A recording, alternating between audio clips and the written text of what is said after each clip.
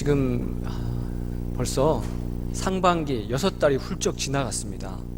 시간이 빨리 가죠? 훌쩍 갑니다. 이제 남은 하반기가 남았는데 오늘은 교회력으로 따지면 맥주 감사주일로 지킵니다. 우리가 7월 첫 주일을요, 감사주일로 지키는 것이 참 의미가 있다, 이런 생각이 들어요. 왜 그럴까요? 남은 6개월을 뭘로 보내자? 감사로 보내자. 별로 감사하시지 않는 것 같아요. 옆에 분한테 감사로 보내자, 이렇게. 스스로에게 미리 감사하자.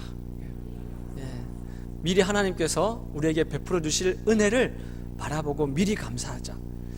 지난 한 주 동안 저도 지난 6개월을 돌아보면서 어떤 감사 제목이 있을까 한번 곰곰이 생각을 해봤습니다.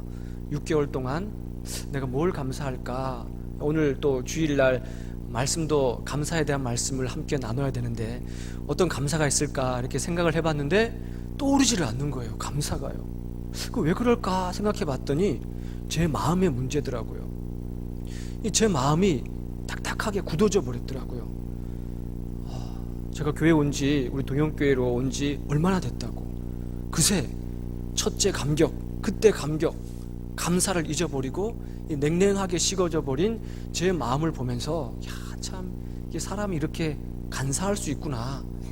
여러분은 간사하지 않을지 모르겠지만 제가 많이 간사하다는 걸 제가 스스로 느꼈어요. 예레미야 17장 9절에 보면은 이런 말씀이 있습니다. 만물보다 거짓되고 심히 부패한 것이 사람의 마음이래요. 그래서 고대 사람들은요, 이 마음이 원래 상징하는 것을 뭐라고 그랬냐면은 생각이 나오는 자리라고 생각했어요. 그러니까 생각이 어디서 나온다고요? 마음에서 나온다는 거예요. 그래서 고대 히브리 사람들은 이 마음이 어디에 있느냐라고 했을 때 우리 신체 장기 속에서 가장 깊숙한 곳에 이 마음이 자리한다고 생각했어요. 왜? 중요하니까. 거기서 생각이 나오니까. 그래서 빌립보서 2장 5절에 따르면 너희 안에 이 마음을 품으라 라고 말씀했지 않습니까? 이것이 이제 원래 이런 뜻이에요. 너희 안에 이 마음판으로 갈아 끼워 넣어라.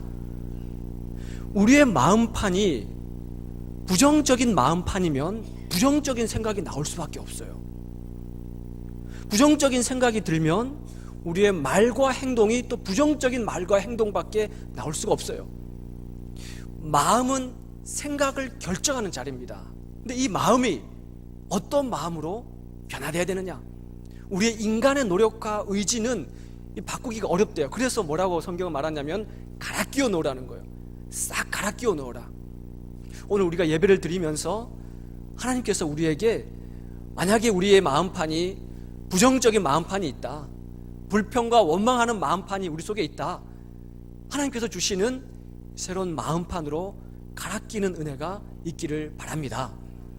바울이 오늘 골로새 교인들한테 어떻게 말을 하고 있냐면 이렇게 편지를 쓰고 있어요. 너희를 위하여 생각할 때, 너희를 위하여 기도할 때마다 나의 하나님께 감사하노라. 기도할 때마다 감사하노라. 골로새 교회 교인들을 위해서 편지를 쓰면서 지금 이렇게 말씀을 하고 있는 것이죠.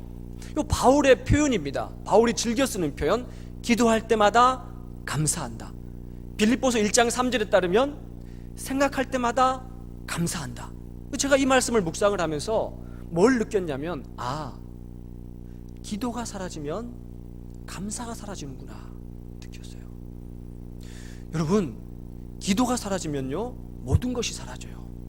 내가 여러분들이 요즘에 매사에 짜증이 난다, 불평이 난다, 재미가 없다 이러면요 여러분의 영적 기도 생활이 어떤가를 돌아봐야 되는 거예요.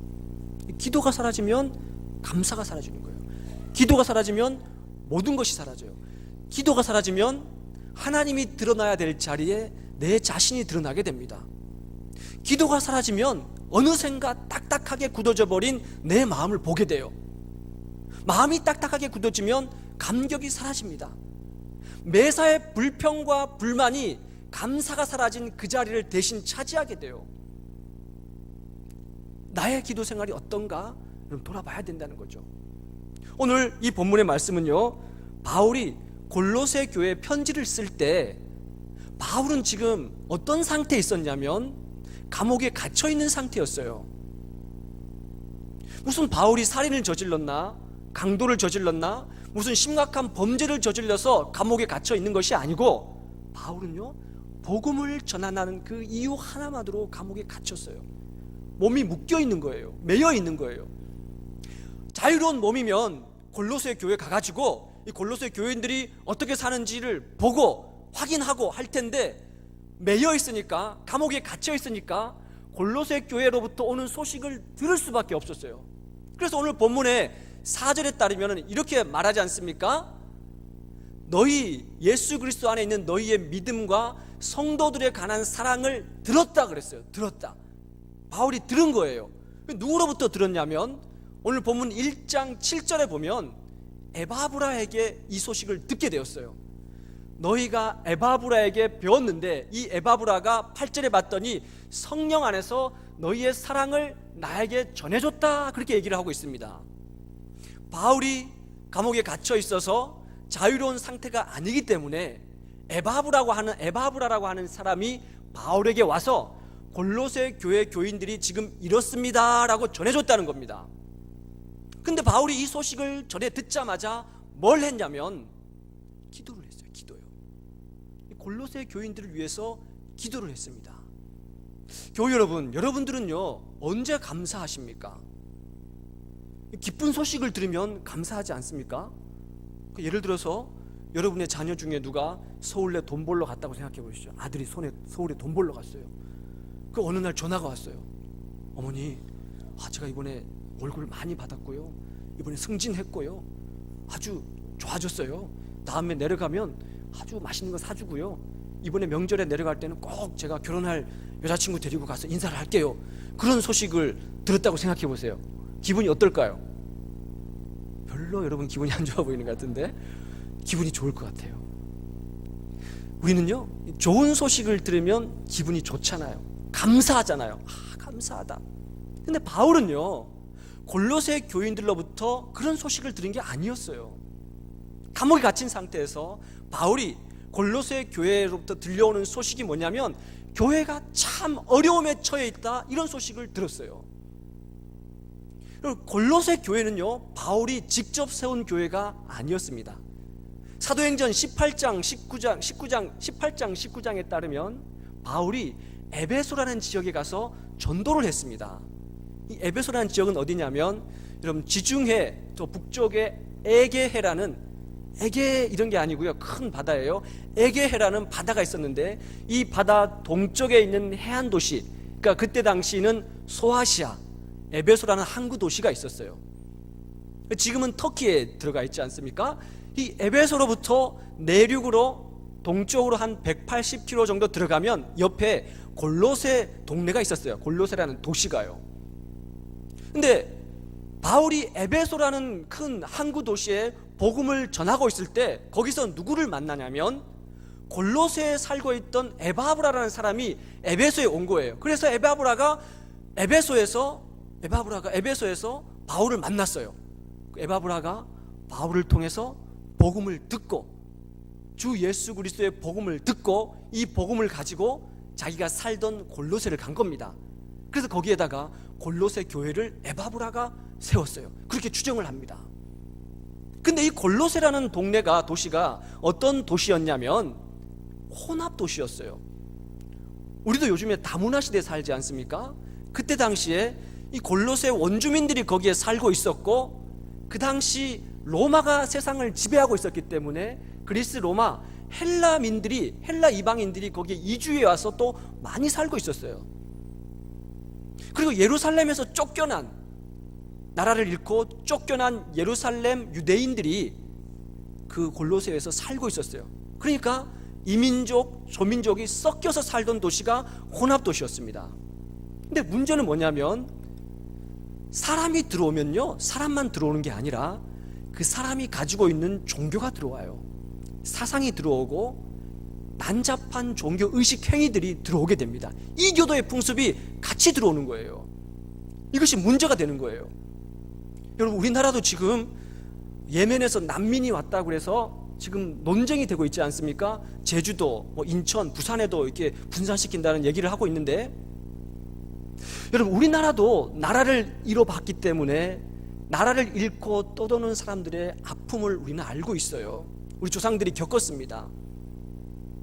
그런 마음으로 그 난민들을 맞이하고 영접하고 대접하는 것이 마땅함에도 불구하고, 그것이 왜 논쟁이 되냐면, 이 사람들이 들어올 때 사람만 들어오는 게 아니란 말이에요.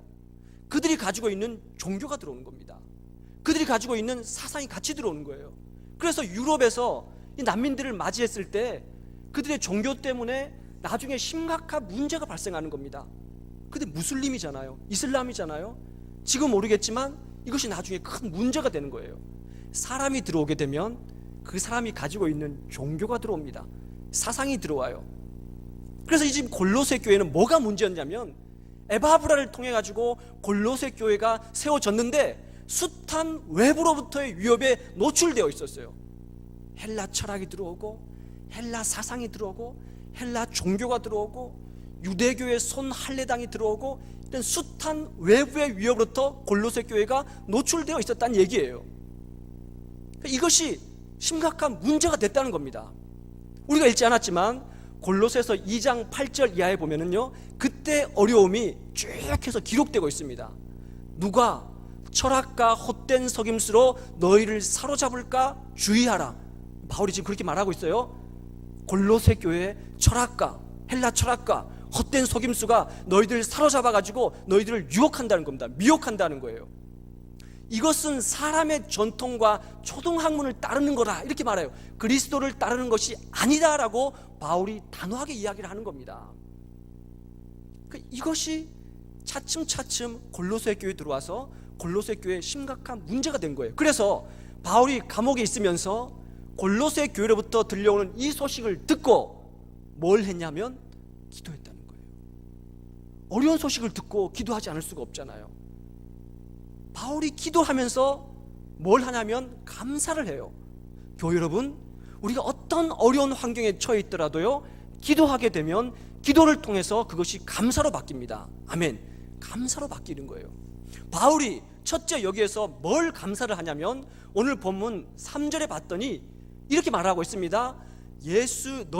너희가 예수 그리스도에 대한 믿음과 모든 성도들에 관한 사랑에 대해서 감사한다라고 얘기했어요. 그러니까 첫째, 바울이 뭘 감사하냐면 골로새 교인들이 가지고 있는 믿음에 대해서 감사했어요. 당연히 교회에서 믿음이 있는 건 당연한 것이지, 이렇게 생각하시겠지만 여러분 한번 생각을 해보십시오. 골로새 교회가 외부로부터 위험에 노출되어 있었습니다. 철학과 헛된 속임수와 이방 종교들이 막 들어오는 거예요. 바울이 뭘 감사했냐면, 그런 외부로부터 위협 속에서 이 골로새 교회 교인들이 믿음을 잃지 않았다는 거예요. 예수 그리스도에 대한 믿음을 잃지 않았다는 거예요. 우리의 첫째 감사가 뭐냐면요, 믿음에 대한 감사해야 됩니다. 우리 교회가 예수 그리스도를 구주로 고백하는 이 믿음, 이것이 우리의 첫째 감사가 되어야 돼요. 가장 중요한 감사입니다. 여러분, 이것이 얼마나 감사한지 몰라요. 이 험한 세상에서 우리가 주 예수 그리스도에 대한 믿음을 갖지 않고 살아간다면 생각해 보십시오. 그것만큼 불행한 것이 어디에 있겠습니까? 엊그제 금요 심야 기도회를 하는데 오세선 전도사님께서 이런 말씀을 하시더라고요. 우리 교회 밑에 뭐가 있는지 아시냐고. 뭐가 있는지 아세요, 여러분? 금이 있대요, 금. 지금 이렇게 졸다가 눈이 반짝 떠지는 분이 계시는 것 같은데, 무슨 말인가 했더니, 우리가 저 교육관을 지을 때, 여러분 여기가 지금 다 바위 아닙니까? 교육관을 지을 때 막 바위를 쪼개고 깨고 막 땅을 파는데 거기 바위에 붙어서 금이 나왔다는 거예요. 저는 못 봤어요. 근데 여러분들 다 보셨잖아요. 보셨죠, 그죠? 지금 교육관에서 여기 우리 본관으로 이동통로 밑에 1층에 이동통로에 보면은 거기 바위가 이렇게 전시되어 있어요. 금이 붙은 바위. 잘 못 보셨는지 모르겠는데 거기 있어요. 그러면서 전도사님이 이렇게 기도를 한대요. 하나님, 우리 교회에 이 터가 금이 나오지 않았습니까? 우리 교회 교우들을 다 부자 되게 해주세요. 아멘 안 하시는 것 같은데요? 부자 되게 해주세요. 무슨 부자요? 무슨 부자? 믿음의 부자, 믿음의 부자. 믿음의 부자, 영혼의 부자 되게 해달라고 그렇게 기도하신다 하더라고요. 제가 그 말을 듣고 참 제가 감동을 받았어요. 우리 교회가 바위, 금이 있는 데서 세워진 교회구나. 우리의 믿음이 이렇게 귀한 믿음이구나. 교회 여러분, 마태복음 7장에 뭐라 그럽니까? 바위 위에 세워진 집은 흔들리지 않는데요. 베드로전서 1장 7절에요. 너희 믿음이 금보다 더 귀하다는 겁니다. 교회 여러분, 이 동영교회가 이 바위 위에 여기에 터 잡고 있는 이유가 어디 있습니까? 믿음 때문이에요. 믿음. 금보다 더한 믿음 때문에 이 교회가 여기 터 잡고 있는 거예요. 만약에 이 교회 다니는 여러분들이 믿음에서 벗어난 자들이다, 믿음으로 다니는 게 아니고 교회 놀러 다닌다, 사람들 만나러 다닌다, 그냥 취미생활 하러 다닌다, 그러면 이 교회가 여기 있을 이유가 없는 거예요. 이 동영교회가 여기에 터 잡고 있는 이유는 뭐냐? 우리의 믿음 때문이라는 거예요. 믿음 때문에요. 그래서 교회를 다니지 않지만 지나가는 사람들이 저 교회는 믿음의 교회야, 든든하게 느끼는 거예요. 만약에 이 교회에 속한 우리들이 믿음을 가지고 있지 않고 그냥 세상 사람들하고 똑같이 살아간다면 이 교회가 여기 있어야 될 이유가 뭐가 있겠습니까? 바울이 지금 그걸 감사하는 거예요. 골로새 교인들이 외부로부터 철학과 헛됨 속임수와 난잡한 이방 종교의 유혹과 미혹이 물밀듯이 들려오는데 그 작고 연약한 골로새 교회가 믿음을 잃지 않는 거예요. 예수 그리스도에 대한 믿음을 잃지 않는다는 겁니다. 이것이 가장 중요한 감사입니다.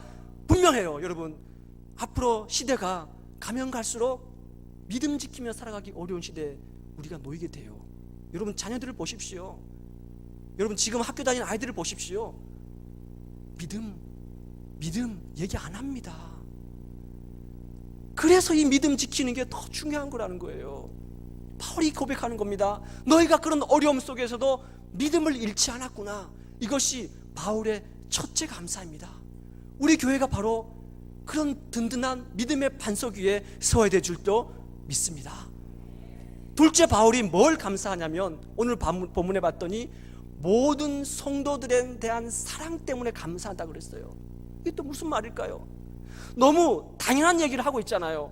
교회는 믿음, 사랑, 소망, 이것이 전부 아닙니까? 오늘 본문도요, 믿음, 사랑, 소망을 얘기를 하는 거예요. 첫째는 믿음에 대해서 감사하고 둘째는 사랑에 대해서 감사해요.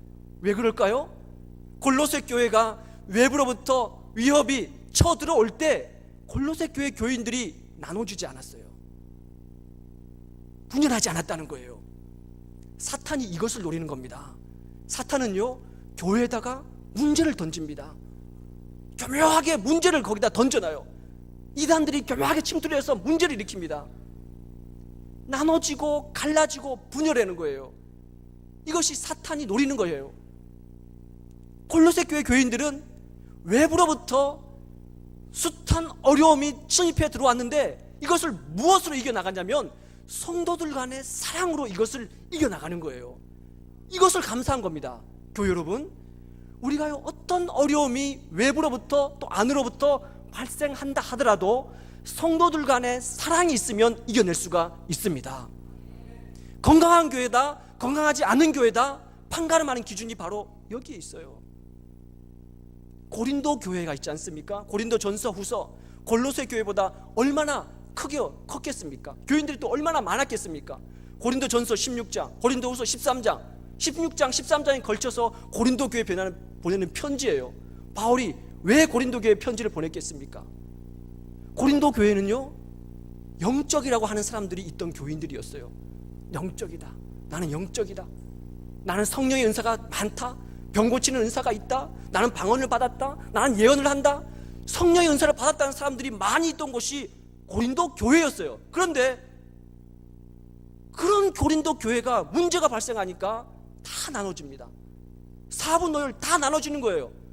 나는 바울파다, 나는 게바파다, 나는 아볼로파다, 나는 그리스도파다, 나눠지는 겁니다.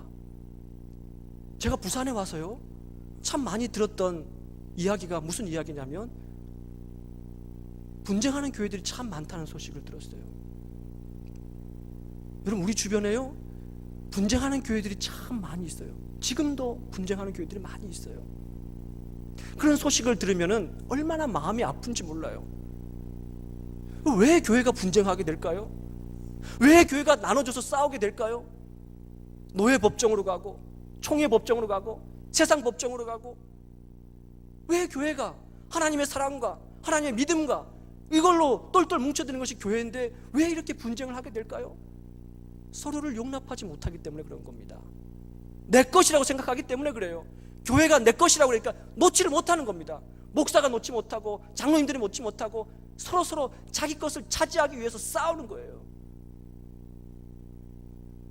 여러분, 교회는요, 어떤 것을 가지고 위기를 헤쳐나가냐면 성도들 간의 사랑으로 위기를 헤쳐나가야 됩니다. 이것이 가장 중요해요. 어떤 일이 있더라도 성도들 간의 사랑이 있으면 이겨나갈 수가 있어요. 내 옆에 있는 혹시 어려움 당한 우리 교우들이 있습니까? 사랑으로 다가가셔서 보듬어 주시고 안아주세요. 여러분, 우리 교회는요, 성도 간의 사랑이 있는 줄로 믿습니다. 베드로전서 4장 8절에 뭐라 그럽니까? 사랑은 허다한 허물을 덮는다고 얘기하지 않습니까?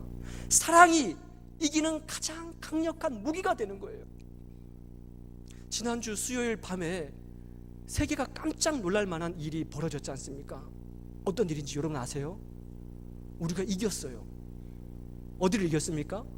독일을 이겼어요. 독일이 어떤 나라예요? 세계 랭킹 1위를 합니다. 1위. 지난 월드컵 대회에서 우승을 했대요. 우리는 몇인 줄 아십니까? 57위. 99%가 독일이 이긴다고 다 예견을 했대요. 누구도 우리나라가 이길 줄은 몰랐어요. 우리나라 국민들도 몰랐어요. 1차전, 2차전을 끝날 때 스웨덴과 싸우고 멕시코하고 싸울 때 국민들이 뭐라 그랬냐면 짐 싸갖고 돌아오라고 그랬어요. 그렇게 할 것 같으면 뭐 하려고 하냐고, 감독 사퇴하고 선수들 다 돌아오라고 얼마나 비난했는지 몰라요. 여기도 앉아 계시죠? 저도 마음이 많이 안 들더라고요. 어느 정도로 심하게 비난을 했냐면 청와대 게시판에다가 국민청을 올렸더라고요. 특정한 선수 이름을 올려가지고 이 선수를 제명하라고, 그리고 태형을 치라고, 이렇게 막 청원에 올렸다는 거예요. 도가 지나친 비난이 빗발쳤어요. 그런데 생각해 보십시오. 그 선수들이 만약에 그런 비난의 소리를 듣고 그런 욕을 먹고 네가 잘못했다, 네가 잘못했다, 그거 봐라, 이렇게 하지 말라 그랬지, 서로 사분오열 나눠져 가지고 싸웠다면 독일을 이길 수가 없었어요. 근데 오히려 비난의 소리가 이 선수들을 똘똘 뭉치는 힘이 됐습니다. 어금니를 꽉 깨물었어요. 반드시 이겨야 되겠다. 그라운드에서 쓰러져 죽는 한이 있더라도 이겨야 되겠다. 그래서 90분 다 끝나고요, 언저리 타임에 2골을 넣었습니다. 오히려 선수들이 외부로부터의 비난의 소리, 욕설을 듣고 서로 똘똘 뭉쳤어요. 교회는 뭐냐? 성도들 간에 하나로 뭉치는 겁니다. 성도들 간의 사랑으로 어려움을 헤쳐나가는 것이 교회예요.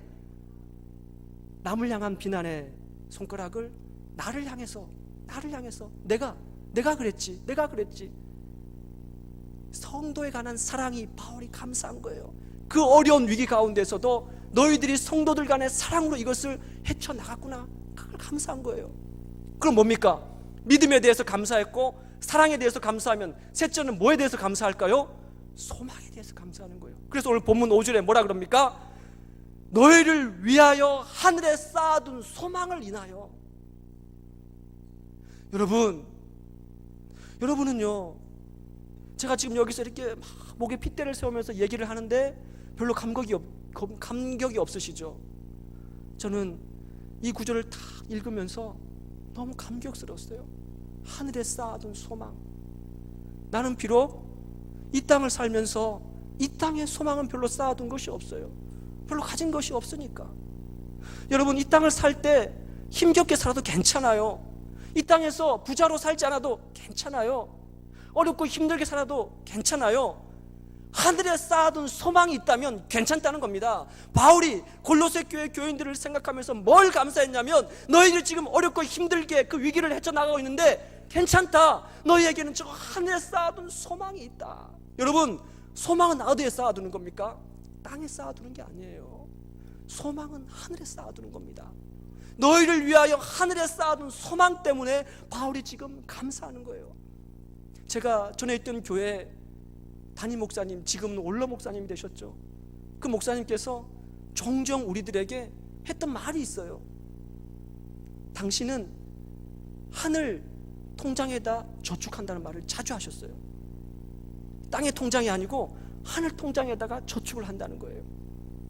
그래서 모든 것의 첫 것은 하나님일 거기 때문에 하나님께 뚝 떼어드리는 그런 훈련을 평생 하신 분이에요. 맥주 감사절이 뭡니까? 처음 것을 떼어내어서 하나님께 드리는 것이 맥주 감사절 아닙니까? 그 목사님은요, 하루에 첫 시간이 하나님 것이라고 그래가지고 평생 새벽 기도를 드리는데 모든 교우들이 다 나갈 때까지, 기도하고 다 나갈 때까지 늘 거기서 끝까지 기도를 하셨어요. 저는 그걸 배웠어요. 그 기도를 쉬지 않았어요. 그리고 그 목사님은요, 제가 있던 교회가요, 크게 건축을 했어요. 너무 크게 지었어요. 그래서 은행에 빚을 얼마나 많이 졌는지 몰라요. 감당할 수 없는 빚을 졌어요. 그래서 교회에서 뭘 했냐면은 만구자 헌금 운동을 했습니다. 한 구자가 건축 헌금, 건축 봉헌 헌금 100만 원이었어요. 한 구자가. 만구자까지 한다는 거죠. 근데 그것이 시작된 지가 수년이 지났는데 그 목사님이 지금까지 은퇴를 하고 원로 목사님이신데도 한 주도 빼놓지 않고 매주마다 구자를 드려요. 한 구자씩 꼭 드리세요. 거의 받은 사례를 전부를 하나님께 드리는 거예요. 근데 그분이 늘 우리한테 뭘 얘기하셨냐면은 하나님께 드릴 때 가장 기쁘다는 말씀을 그렇게 하셨어요. 하나님께 드릴 때 가장 기쁘대요. 그래서 하늘 창고에다가 계속 쌓는다는 말씀을 하셨어요. 물론 오늘 본문에는요, 새벽 기도를 쌓아라, 헌금을 하늘에 쌓아라, 이런 구절은 아닙니다. 그러나 골로새 교회 교인들을 향해서 바울이 뭐를 고백하냐면, 너희들이 어렵고 힘든 가운데서도 외부로부터 위협 속에서도 예수 그리스도에 대한 믿음을 잃지 아니하고 성도 간의 사랑을 가지고 이 땅을 살아가면 하나님은 우리에게 소망을 허락하신다는 거예요. 하늘에 소망을 쌓아두신다는 거예요. 그 소망이 뭡니까? 영생입니다. 영생. 이 땅에 살고 있는 예수를 그리스도로 고백하지 않은 사람은 꿈도 꿀 수 없는 영원한 생명, 천국의 소망. 제가 지난번에 신자의 특권에 대해서 쭉 말씀을 나누지 않았습니까? 마지막 신자의 특권이 뭐냐면 천국의 소망이에요. 우리는요, 천국을 소유한 사람인 줄로 믿습니다. 영원한 생명 우리는 살아가요. 이 땅의 삶이 끝이 아니라 하나님 나라의 영원한 삶, 천국의 삶, 그것이 하나님께서 우리를 위해서 소망으로 예비해 놓으셨다는 것을 믿음으로 고백하시고 믿음과 사랑으로 이 땅을 살아가시는 교우 되시기를 간절히 소원합니다. 아멘.